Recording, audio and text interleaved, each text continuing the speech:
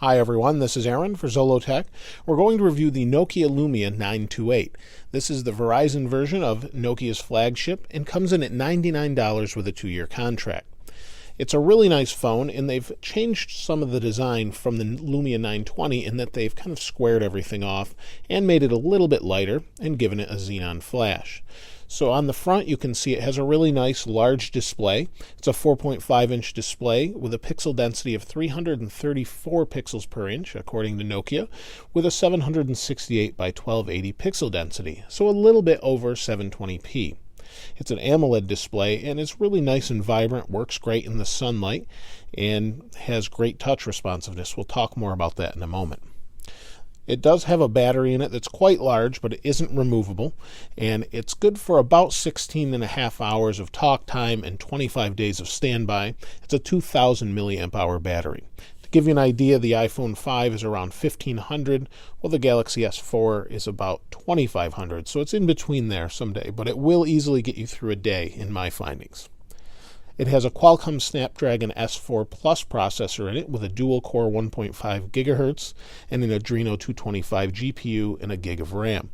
It also has 32 gigabytes of internal storage, but it's not expandable, so you have to deal with just 32 gigabytes, and there's actually a little bit less than that after the operating system. On the front we have a forward-facing camera that comes in at 1.2 megapixels, and on the back we have an 8.7 megapixel pureview camera that's stabilized with hardware, so it doesn't use software. It's got a little mount that it sits on inside. On the back you can see there's a microphone here, a little speaker down here. On this side we have our volume rocker, power button, and then camera button. Again, on the front we have our camera, speaker here for your ear, and then on the bottom we have a microphone. On the top we have a 3.5 millimeter headphone jack. This is our SIM card slot. Then our micro USB and another microphone. Nothing on this side. Nothing on the bottom other than some FCC required things, and that's pretty much it. It feels really good in the hand. It's a little bit slippery, but it really feels high quality, and the display kind of curves off to the side, so it's really nice. Let me turn it on here. I've booted up Windows Phone 8, and you can see here's the typical lock screen. I'll scroll up here, and everything's fast and fluid. Everything moves really nicely. You can open up Xbox, it'll load quickly, and it's really a very nice phone. Looks great in sunlight, and normally has really good battery life. You can see I'm critically low right now, but signal strength is good for phone calls. I really have great reception with this particular phone, and I can't complain as long as you like Windows Phone 8. Windows Phone 8 has really come quite a long way, and there's quite a few apps available for it. In fact, I've got 16 updates right now. There's a few things missing, like Instagram, though.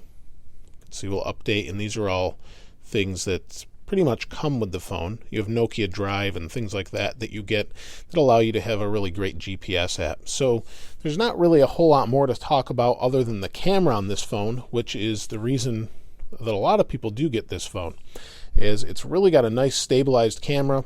They've switched to a xenon flash, and it does a great job in low light.